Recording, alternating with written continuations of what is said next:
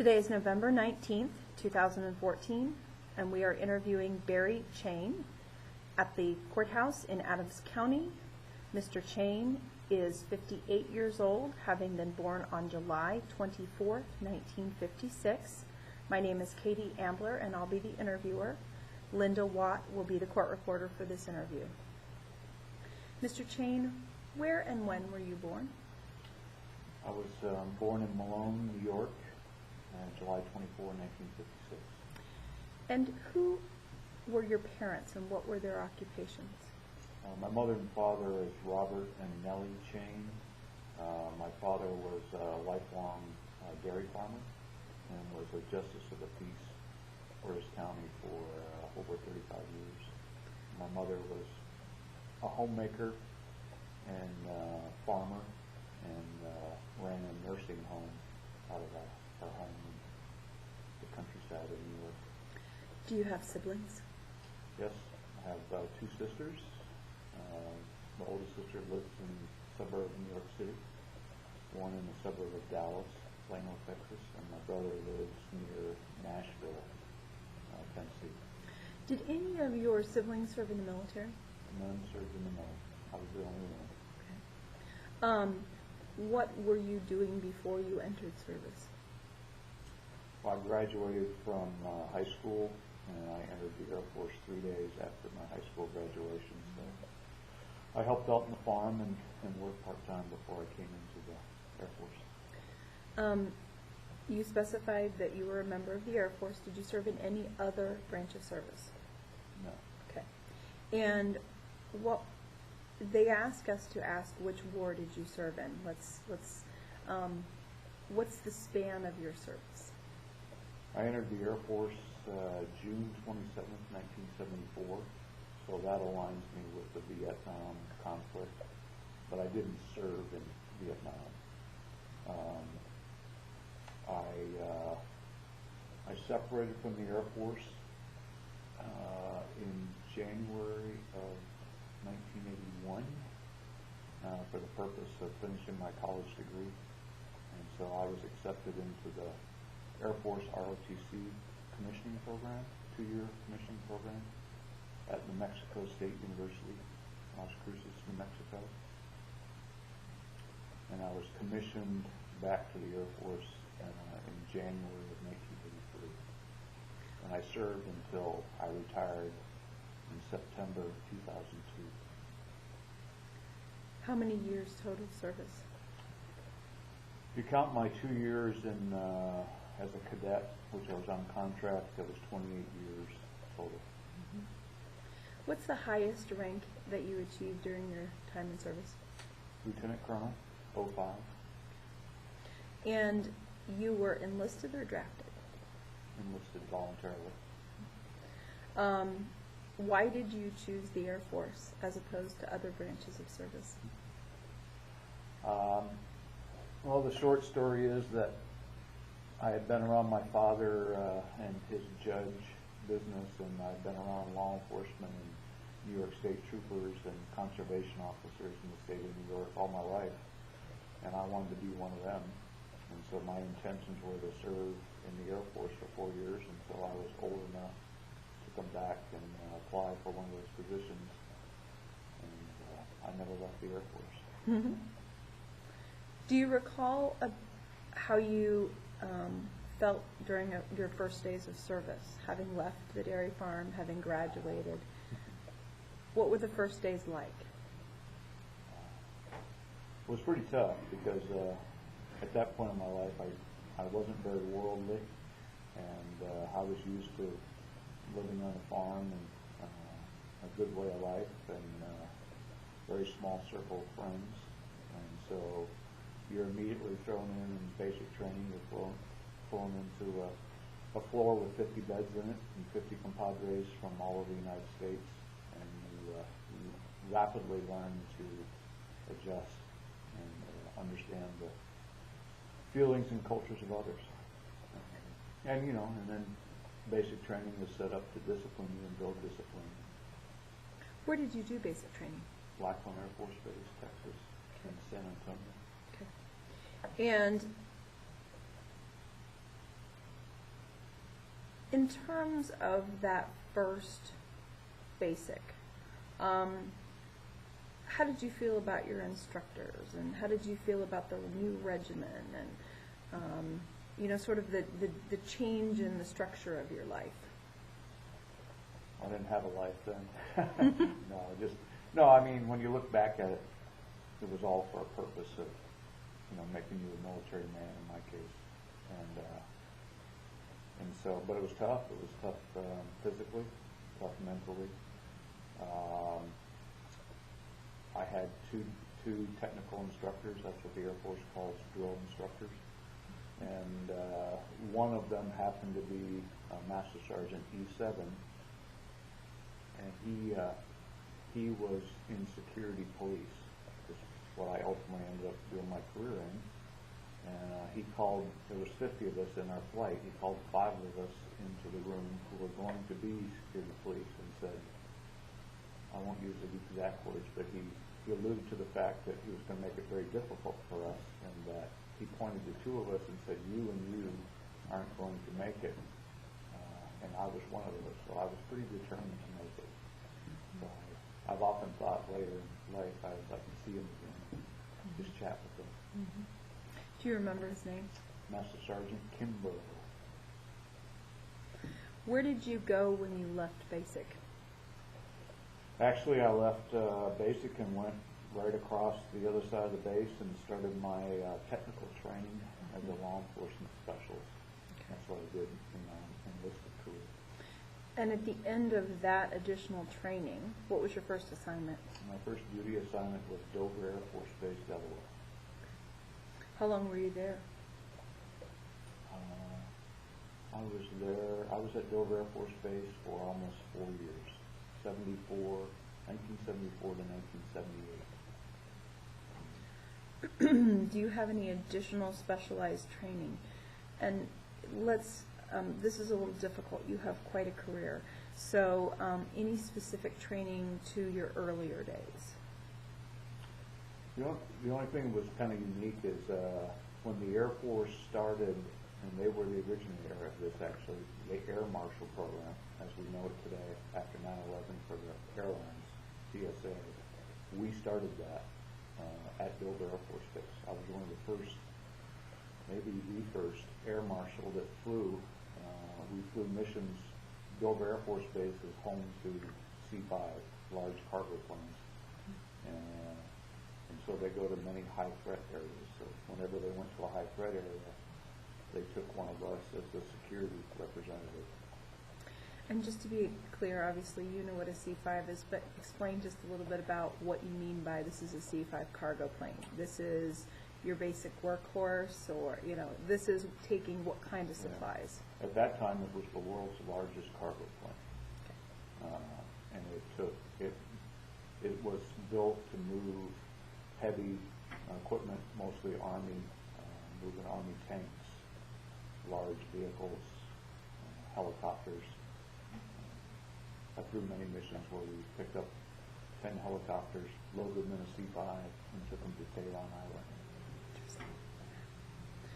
How did you adapt to military life? You mentioned the physical regimen was a little tough, the 50 barracks, the food, the social life. How did you adjust? Oh, I don't recall really having much of an adjustment. I guess once I finished basic training, you pretty much focused on learning your job. You having a pretty reasonable place to live in the barracks. You were there with other single men, and you had a good place to eat, and the job was good, and I enjoyed the job. And it was, I didn't really consider it much of an adjustment, to be honest with you. In terms of the early days, as you said, the time frame that aligns you with Vietnam, what did you do during that era? From 1974 to 78 at Dover, Delaware, Dover Air Force Base, Delaware, it was all geared around law enforcement and some what we called flyaway security, air marshal, as the term can be today. but primarily I made sure that people got out in and out of the gates. We checked their credentials to make sure they were supposed to be on the base. And I also did patrol, like a normal patrolman in the city, and as well as what we call desk sergeant, where you man the command and control center for the security police. In 78, where were you then assigned? The early part of 78, I was in Dover Air Force Base, Delaware, and then I want to say about March of 78, I moved to Lackland Air Force Base, back to Lackland Air Force Base, San Antonio, Texas, as an instructor in our academy for law enforcement specialists. Okay. And how long did you serve as an instructor? I was there about 2 years, yeah, to about 1980, early 1980. And from Lackland, you were then assigned? 1980, I got married, and I moved.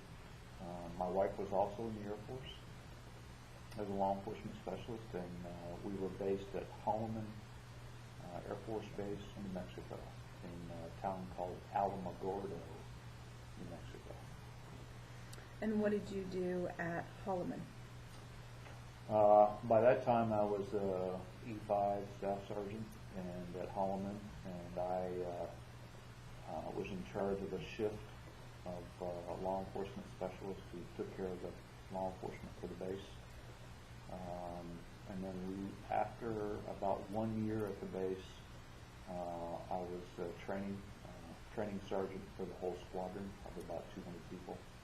So I administered all the training requirements for the squadron and managed their on-the-job training, their weapons firing, any specific training required to do the job. I had oversight of that. Okay. What was your next assignment? Actually, in kind of interesting story, but one day my first sergeant in an Air Force squadron is one of the top enlisted men in this case, and he came to my desk one day and said, tomorrow the recruiting officer from the Air Force ROTC detachment at New Mexico State University will be here, and I'll be by to pick you up. And so I kind of chuckled. I said, well, I'm really not interested in that. He said, that's good. He said, I will see you tomorrow. And so that's how I got into ROTC. His name was Senior Master Sergeant John Rosemeyer. And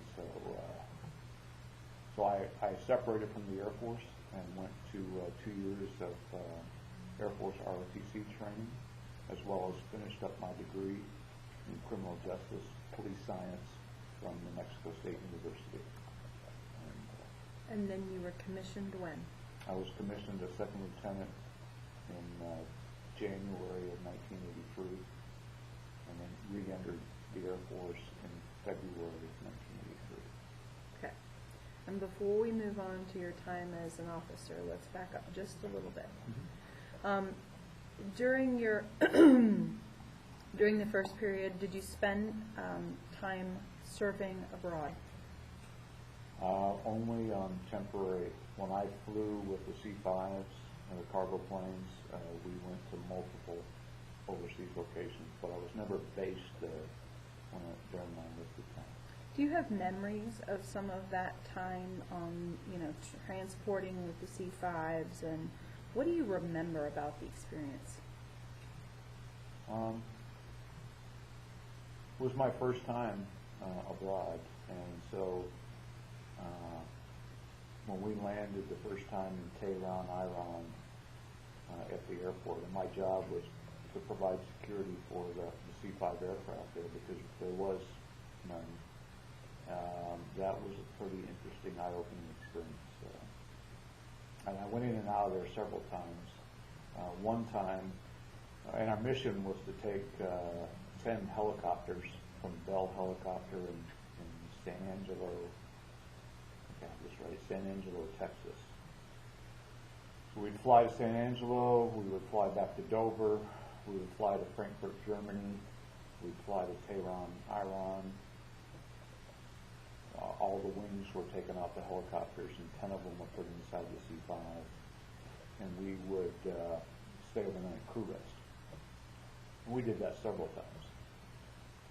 And one of the times I was going underneath the helicopter, and I caught, there's a little blade that sits down, I caught my back, and I had a pretty healthy cut.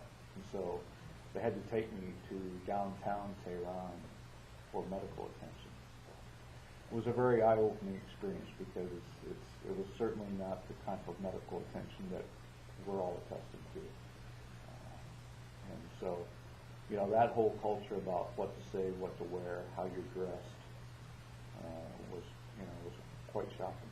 And, a lot of people talk about the sights or the smells or, you know, some of that experience. What did you note about the time? it seemed like we went into Tehran where it was either 110 degrees or 30 below. And so when it was 110 degrees, it was a pretty distinct odor, much different than I've ever been around. But, you know, it wasn't extraordinary, you know, it wasn't out of the ordinary. And I really loved it because you got to experience all the different cuisine and beverages and the people, and generally speaking, everybody was very, very happy with the U.S. Air Force, and America was there. And so I never really had any issues from that perspective. Did you personally ever serve on the front lines or you know, combat-wise, or provide support to combat situations?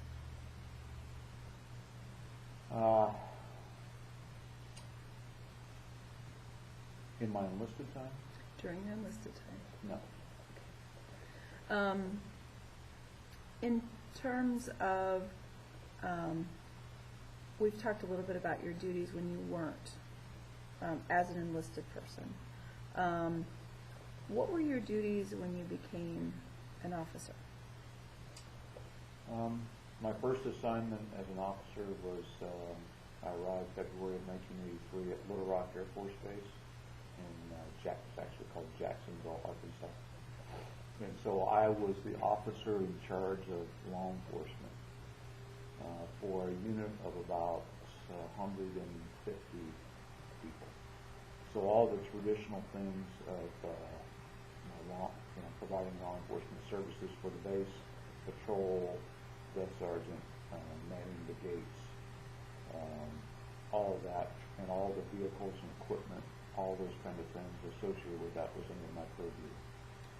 So we had 3 shifts of law enforcement troops that did that, and then I also ran the jail, all the military working dogs, drug dogs, explosive dogs, all that was under my purview.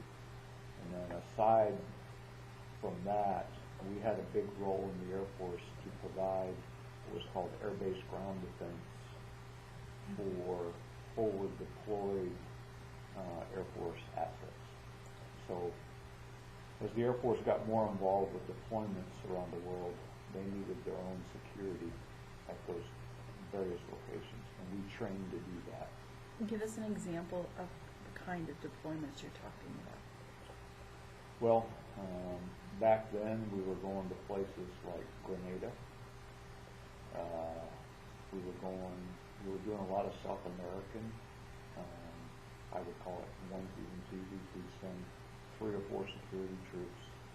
Sometimes they would want me to go as the coordinator for multiple units that send people together, and we provide security at a location. And then later on, all the way up to Iraq and Afghanistan with the Green Line. After you left there, let's talk a little bit about whether, let's go back to the question about combat, okay? You're now an officer. In your time as an officer, did you end up involved in the front lines or in support of or in coordination for people who were on the front lines? Yes. involved in the support of it. Okay. While I was at Little Rock, I actually was assigned to 2 units. So I did about 18 months with the first unit, and then I moved to a specialized unit, and that's all we did was train others in our command how to do air base ground defense. So when the Air Force supported Operation Urgent Fury in Grenada, we provided support for that with people, equipment, weapons, training, and so on. When you left Arkansas, where'd you head? We went to Headquarters Military Airlift Command at Scott Air Force Base. It was my first of 2 assignments there. And let me stop for just a quick second. Your wife, you said, Yes. was also Air Force Yes. and also military specialist. Okay. Were you and she able to move together at this point? Well, almost simultaneously, our first son, Benjamin, was born back to Holloman Air Force Base, and he was born in February of 1983, and 10 days later we were in Little Rock, Arkansas. So at that point, when my son was born, my wife's, she was very near her 4-year enlistment. She separated from the Air Force, and then her and Benjamin and myself moved to Little Rock, Arkansas.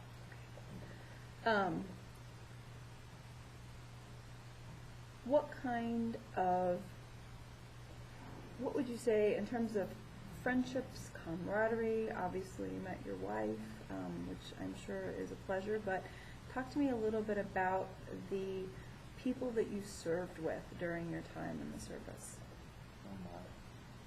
Many. You know, probably, I say very wholeheartedly that the Air Force made me and gave me what I am today. And in very large part, the friendships that my wife and I enjoy today are all related to the Air Force. And so every place we went, we met great people, whether they were specifically tied to the military or not always. But yes, you could. Your time as an officer, did you ever spend much time other than, say, short deployments overseas? Had one 2-year tour in the Azores. The Azores is an island out in the Atlantic Ocean, kind of on a parallel with Philadelphia. You draw on that parallel, about 2,500 miles from Philadelphia. And we served 2 years there. I was the chief of police there for that unit and that was during Operation Desert Shield, Desert Storm. So the whole mission and purpose of the Azores is to act as an intermediate refueling stop in the ocean for large fighters, ships, and any other cargo planes that need to move people and stuff, if you will, across the ocean. This would be another instance of support for combat, is that correct? Yes. We supported a lot of efforts going to Europe during that 2-year period. And from everywhere, when we say support, I mean all the military movement, and we routinely had the President, the Secretary of Defense, Secretary of State, many dignitaries who landed there at 3 a.m. in the morning for a gas stop and walked around the flight line, and we would provide their security, and they would be back on the plane and going wherever they needed to go. Give us a ballpark for those who don't understand the time period of Desert Shield. Give us a ballpark in terms of dates. I was based in the Azores from 89, the summer of 89 until the summer of 1991. I think my date is right because we were sitting in the command post in the Azores with our commanding general. I have to say his name, Brigadier General Charlie Barnhill. It was very special for me. He gave me my chance to be a commander at a very young age for me. And I think it was January 16th, 1990, is when the first bombs were launched in Iraq. And then it was very, very busy there, where we were for the next several months. How did you feel at the time? You weren't obviously right there on the front line, but you were essentially well aware of what was going on. What was your feeling about that time period? I felt, like you say, not being on the front line, I felt like what we did and what we were trained for were being used like it should be. And people worked a lot of hours to make things go and provide the right support at the right time. How did you stay in touch with your wife, your son, and the people back home? My wife and I had two boys by then. Our youngest son, Adam, who's actually served in the Marine Corps later on. He was born in Jacksonville, Arkansas, when we were stationed at Little Rock. So my wife and my two boys, it was an accompanied tour to the Azores. So we were there for 2 years. We lived there. My wife was a school teacher there. She had, when we were at Scott Air Force Base, she had finished up her bachelor's degree in education, and she was a school teacher for the Department of Defense. And then my children were right there. So we were all there and enjoyed each other. Mm-hmm. What did you guys do? Obviously, you were a family, okay? But in the times that you were away from home, what did you find yourself doing for recreation? When I was gone by myself. Let's start there. Yeah. My wife has been I'm a sports junkie. My wife always jokes that I should have married a college basketball player because I love basketball. I played it all my life. I still do. I still referee, but yeah. So basketball was a big part of my me. Playing or watching? Playing mostly. And then I ran a lot. I jogged a lot. I generally just my relaxation was working out. Later golf. Playing intramural sports. That sort of thing. Were you awarded medals or citations for your time in service? Yes. I guess it's safe to say that everywhere I was assigned, I was awarded a medal for that. Some places more than one. Are there certain medals that mean more to you than others? Yeah. Talk a little bit about the ones that mean something to you.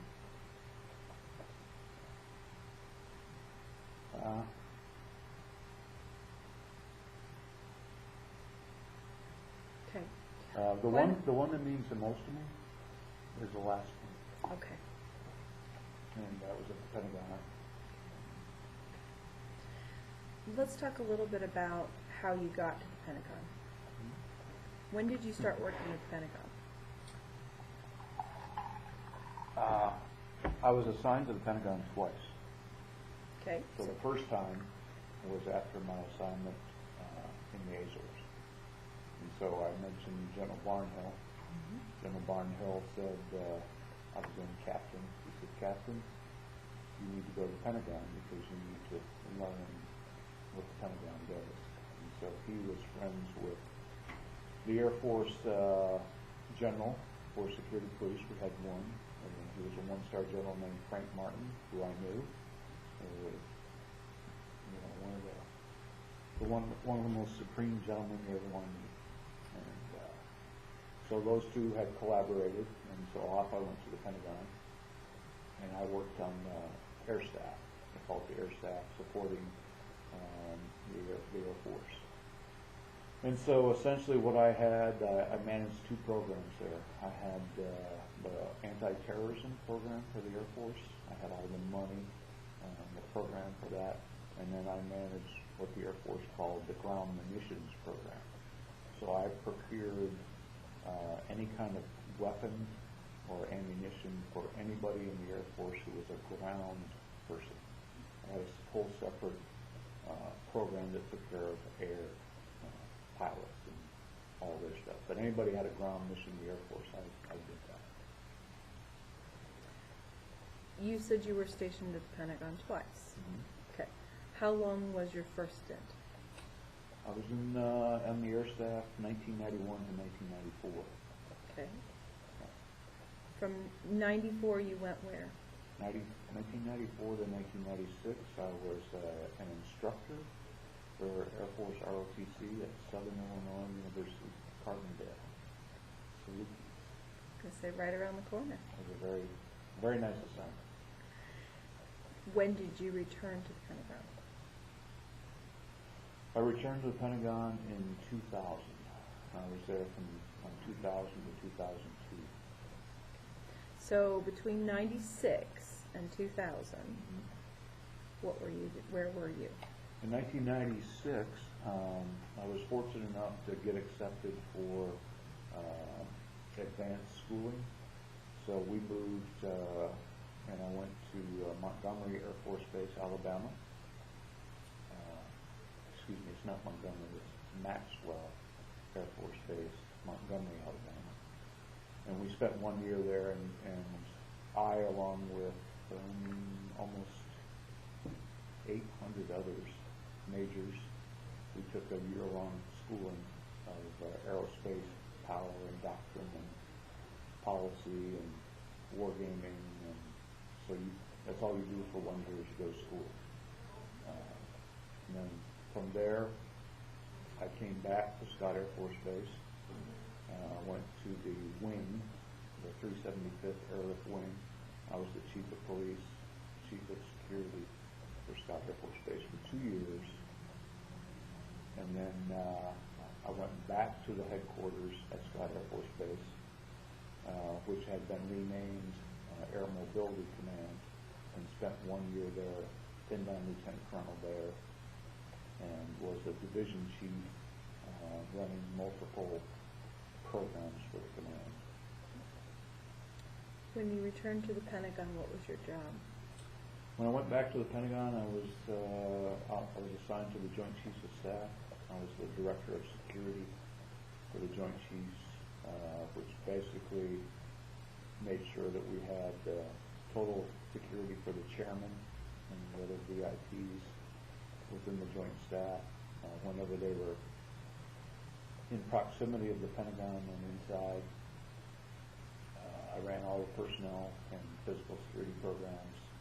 I had a dedicated 16-person security force that rotated by service every year. So we had the Air Force 1 year, the Marines 1 year, the Army 1 year. During 9/11, it was the Air Force's turn. So that when the attack occurred on the Pentagon on September 11th, the Air Force was on duty in the Joint Chiefs area.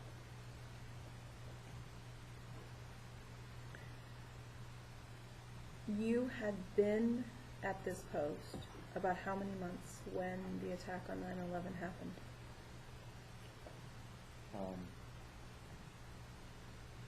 I was assigned to the Joint Chiefs of Staff in July of 2000, and so I had been there 15 months. 15 months. Roughly. Okay. If you can, give me just a little bit of snapshot of what happened for you that day. Sure. It was a beautiful Washington, D.C. day, bright and sunny. I was outside of the Pentagon when the actual, not immediately outside, but near the Pentagon, probably a couple miles away. I was quickly back there, and so at that point, it was emergency emergency response to the Pentagon. The Pentagon has no dedicated emergency response, so they rely on Arlington County, which is all around the Pentagon, to do that, and they responded in grand fashion. And so they did the initial immediate response. And so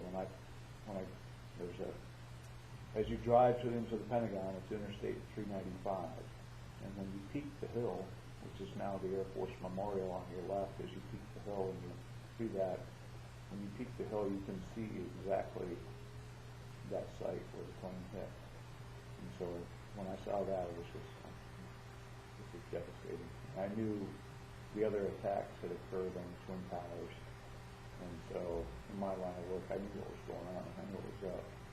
So I quickly got back into the Pentagon and into the National Military Command Center. That's where all the senior leaders of the Department of Defense gathered in a time of crisis. And my boss at that time was Major General Jim Hawkins, Air Force. And so I reported to him and gave him the update that I knew. And so the most critical need at that time was making sure that the Pentagon could survive and operate, and that we needed to get around to all of the spaces, all of the workspaces within the Joint Chiefs to ensure the classified had been secured properly, because people had this problem. So that was, I had a 4-person military security force on duty at the time, so that's what they did initially. I ran back and forth to the crash site for the next number of hours. The smoke that filled the Pentagon that day became excruciating. We were fairly ill-equipped. We were ill-equipped to deal with that. And so the determination was made. We were getting ready to make the determination as whether we were going to stay in the Pentagon and operate or move to an alternate site. It was predetermined. And so everything worked out, and about 10:30 that night, the Secretary of Defense, then Donald Rumsfeld, walked in the room, and there was everybody in D.C., who was everybody in the media, announced that the Pentagon would be open for business tomorrow, and abruptly turned around and walked out. And so we worked the rest of the night to make it so. Were you able at that time to contact your family? It was very difficult.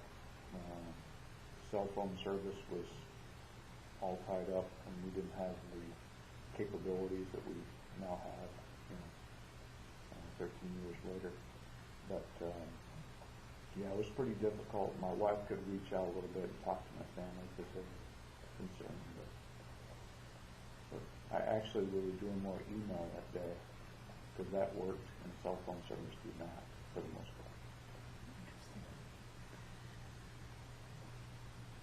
You continued post 9/11. You mentioned that you retired when exactly? I retired from the Air Force in September of 2002. We did a lot of follow-up after the attack on the Pentagon. In terms of how do we make sure the Pentagon's better prepared, better secured. The fortunate part about the attack is the unfortunate part that 125 people in the Pentagon and 64 on the aircraft died that day. The fortunate part is it hit the part of the Pentagon that had recently been renovated, and it was populated at probably 10% of its capacity. And it had been retrofitted with many of the current technologies to help large bomb blast attacks. So we continued along that lines. The Pentagon renovation continued as it was planned, and we worked all sorts of issues about how to protect it from weapons of mass destruction, how do we secure, build the perimeter out, get the standoff required in and around the Pentagon to better secure it. So I stayed, and then when I retired, I was hired back to the federal government as a GS-15 civil service employee, and I spent the next almost 12 years working in a job to combat terrorism for the rest of my time. In terms of that time,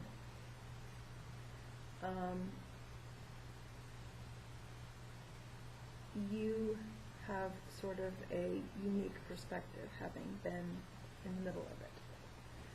Do you have things that you feel strongly about now because you were there at that time? Do you have opinions about security or just, that kind of terrorism in general that you feel stem from having been in the middle of that kind of an attack? Yes, I do. I guess I learned it better when I retired and went on to my other job, because we had about 150 people that we were on the road around the world every day at our military bases, and with one goal in mind, to make sure that they were safe from terrorist attacks. So I always say, I had a whole bunch of people much smarter than me, and they were very specialized in what they brought to the table, and they were very good at it. So I learned a lot from them. And we used to have a saying is, it's hard to prove a negative, and it's hard to prove that when you put barriers and you add in various security measures to the Pentagon, that you prevented attack. There's some signs there that will tell you that it was helpful, but for the most part, what you're hoping to do is deter somebody from attacking a base. And so, from my perspective, after seeing 9/11 and my subsequent civil service federal job, was that the more we can do as the President and the Congress, the more we can do to keep the fight away from American soil, the better postured we are. And when we have to respond to help our allies around the world to do that, like we are right now today, then we need to do that. It costs a lot of money, but the investment is worth it. Some can argue about how much is enough in Iraq or Afghanistan, but there's no book written as to how much is enough. And so I think those are the points that really were reinforced for me when I could see maybe the bigger picture of things. They like to ask veterans about the concept of coming home. And for someone who served and retired and then went back as a civil contractor, I guess what I'd like to ask is, when you finally stepped away from the service and from that line of work, how did you do? Did you adapt well to coming home and to getting out of that sort of line of work? It's transition. I think I'm fortunate that I have a strong family. Retired to Quincy, Illinois. It's my wife's home. Her family is like my family. Always has been. So that's a big deal. That's very helpful. And then since I've been here, I'm one of Quincy's fire and police commissioners. So I feel that I can take the experience I had from that almost 40 years and help do something good for the city in this case. And so it hasn't been particularly challenged, but I think it's good to be able to take something that you've been trained to do and help somebody else do. Have you been received by your family, and probably not as much your family, the community, having separated and retired from service? I guess I was after the Vietnam era, where veterans weren't appreciated, and so all of my contacts and experiences have been extremely positive. Where people really do love the military and what they do and what they do for them. That's good to hear. Are you a member of any veterans organizations? I belong to the American Legion. I'm also, well, during my time I was also selected to attend the FBI National Academy as part of my training, so I'm a part of that FBI National Academy Association, the Security Forces Association, other veterans groups, and that's probably about it. How would you say you've done since retiring? Oh, it's been great. It's, and when you sometimes you look back and you say, you know, how did you get here? I got here because the Air Force gave me the opportunity. And when I talk to young men and women today, I said, you know, nothing's changed about military service. The times have changed, the threat has changed, what you have to do, what we ask you to do has changed. But there's nothing changed about the military. Those who want to work hard, do well, get their education, there's still lots of opportunity for young servicemen and women to do that. During your time, did you ever have something that you kept that was special to you for good luck or for fortune, or something that you felt like was important as a piece of home? Yeah. Well, there were things I kept when I would deploy, something related to my family. I would keep, my son's, part of my son's baby blanket. That's my youngest son. In terms of, and this is, again, a little bit more tailored towards someone who's, served in specifically a war zone, did you always have the supplies you needed? Were you always provided with, did the Air Force always provide what was necessary when you were deployed, in terms of, everything needed for the mission? I would say over the years it got much better. Technology was better. Equipment was better, and the ability to produce it rapidly and get it to the battlefield was much better. So, when we deployed to Grenada, what we found down there is we couldn't get vehicles quick enough.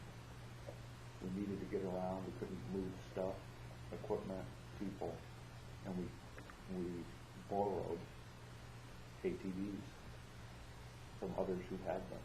And so we kind of brought that whole concept into the Air Force ground defense of using all-terrain vehicles and trailers to move things around and to where the troops needed it. So things like that just improved a lot better. They always ask about the food. How was your experience with the food? That also improved over the years. Yeah, so you could actually heat up your food. It was a wonderful technology. How did you spend your time? Did you entertain yourself when you were, obviously when you were single, before you were married, and before you had the pleasure of having your wife and your kids with you? Yeah. Besides the, the physical activity, what did you do for entertainment? Oh, geez. Well, we were in Dover, Delaware most of the time, and the beach was there, so went to the beach a lot. I went back home a lot to visit, my family and friends. We had a lot of social gatherings amongst all of us who lived in the dorms. Did you ever have entertainers, USO, anybody bring anybody to places that you were stationed? Oh yeah. Who all did you see? Some USO shows. The Air Force has a related program called Tops in Blue. And Tops in Blue is both from a tryout perspective, and then when they actually select the Tops in Blue performance team from all people in the Air Force, and they would bring them around to perform.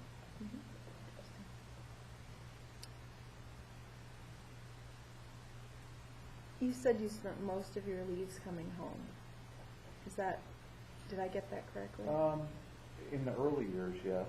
And then over the, once I was married, we would come back to Quincy, depending on where we're at, probably on the average of twice a year.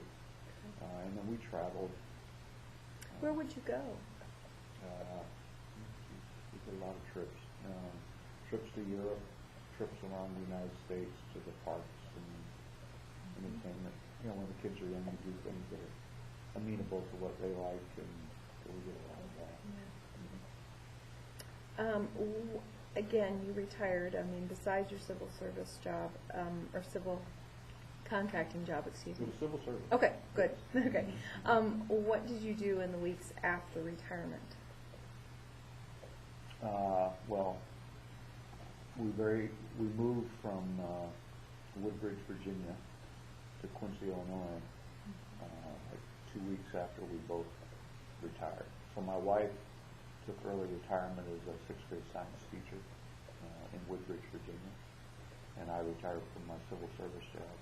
And so we, packed everything up and moved to Quincy in June of 2015, and then kind of just settled into the house and didn't do too much for the first couple months, just getting organized.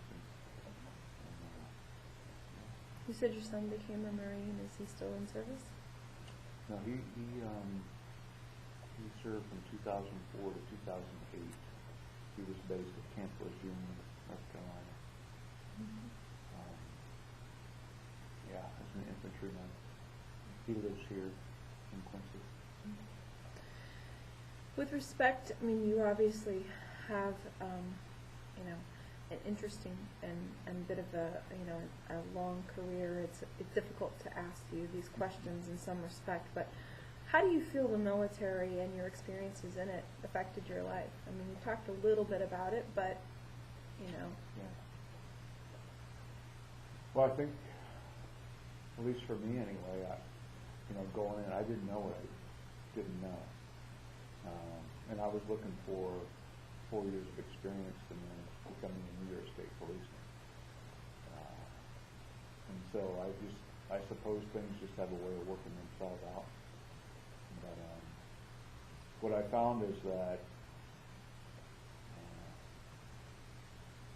people who wanted to do the extras, people that wanted to take the time to pursue their education, that those avenues were so open, so wide open. Tougher on others. Some folks who were deployed all the time, it's very difficult to do education. I wasn't that all the time, but it's a lot of sacrifice. It's a lot of nights, working all day, saying hello to your family for 30 minutes, going to school, doing it all over again the next day. So there was a lot of that, but that was a strong family. And the thing that the military has that I think probably no other company has in America is the bond that you have, no matter where you're at, because your military compadres, that's your family. And so when we got into the Azores, obviously I was going into a command position, so they tend to make sure you have everything what you need. But it was sincere. People were friendly and took care of our family, and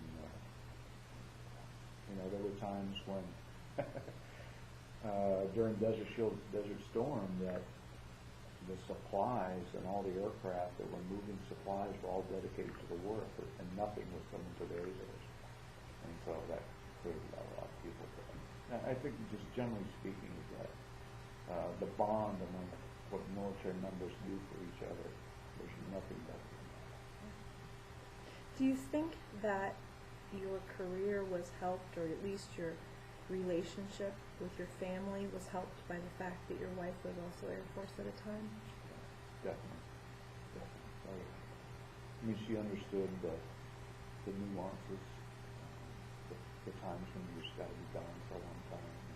I had a lot of those periods where I was gone for 30, 40, 60 days.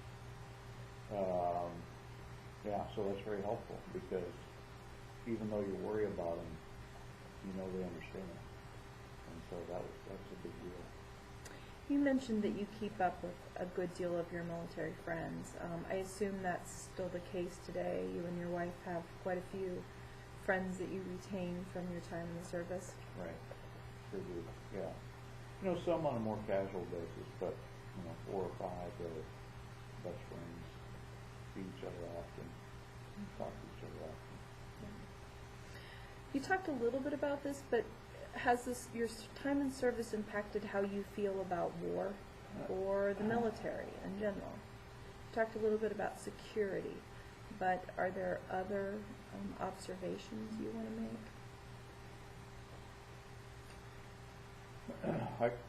While you're there, you do what you're ordered to do. After I retired and watched my son go to Iraq and have a very difficult tour, which affected his life today. And that makes you question things. What really was the significance of our commitment to Iraq? And then you see what's happening today, you say, I know there was value there, but sometimes it's difficult to draw that specific line as to, this was good that we spent and gave up over 3,000 lives. That's difficult. Is there a message you would like people who see this in the future to hear or understand about you and this, your time? I think my message is pretty simple. Be humble. Be thankful for your ability to serve your country. Give back. Make others better. Help them out whenever you can. I think that's how I'd like to be. And I've asked a lot of questions, but I want to give you the opportunity because, I didn't ask a lot about 9/11. Is there anything about that or any other time that you want to make sure is part of this interview?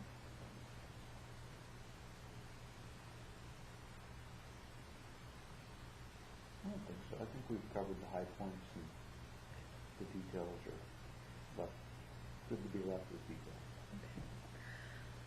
I want to thank you personally for your service. I really appreciate this, and if there's nothing else, I will turn this off. All right. Thank you for your time. Those are good questions.